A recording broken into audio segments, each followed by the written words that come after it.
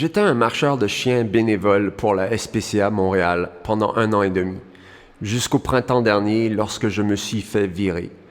Quand j'ai essayé d'adopter un des chiens du refuge, je me suis senti traité comme un parasite, et quand j'ai essayé de faire part à la SPCA de ce sentiment, ils n'ont pas apprécié. J'ai monté ces vidéos pour expliquer comment j'ai réussi cet exploit. Je ne crois pas que les bénévoles se font virer souvent. Alors je me suis dit que mon expérience pourrait vous être instructive, comique peut-être. Les vidéos racontent mon histoire étape par étape. Mais si vous voulez passer directement aux activités financières bizarres sur lesquelles j'aimerais des clarifications, vous pouvez sauter bien évidemment directement à l'épisode 6. Supposons que vous aimez beaucoup les chiens.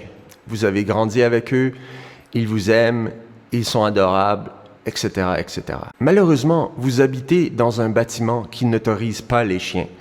Vous pourriez essayer d'en avoir un secrètement, mais supposons que vos couilles ne sont pas assez grosses pour que vous preniez ce risque. Un jour, vous décidez de vous porter volontaire à votre refuge animalier local pour marcher des chiens abandonnés. Une solution idéale.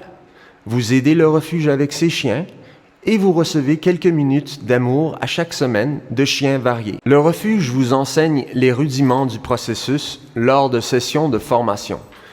Et après l'avoir convaincu de vos nouveaux talents, vous devenez un marcheur de chiens. Vous marchez les chiens du refuge durant les hivers doux de Montréal et une pandémie énervante de COVID. Alors que le refuge suspend pratiquement toutes ses autres activités, les chiens s'en foutent des virus et ils doivent être marchés.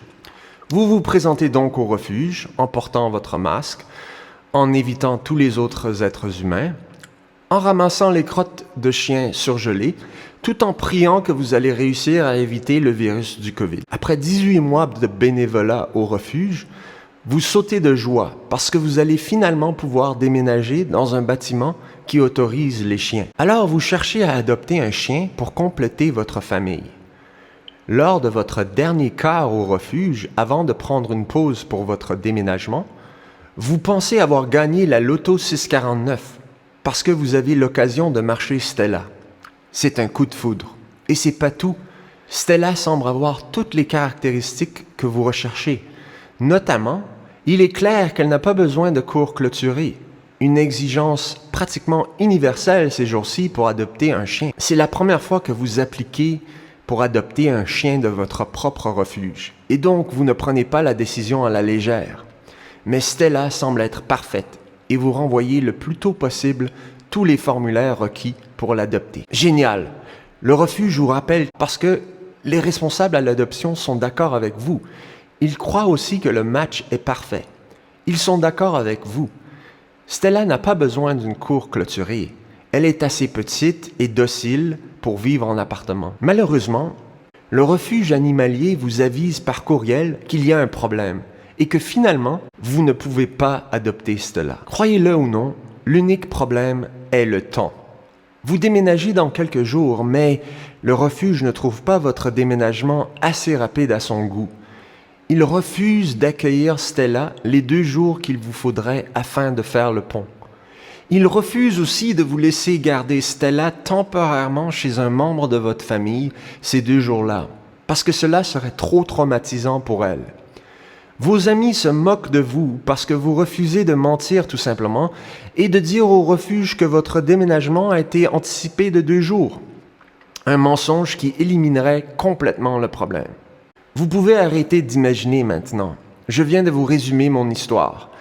Et c'est ce qui a mené la SPCA Montréal à me virer en tant que marcheur bénévole.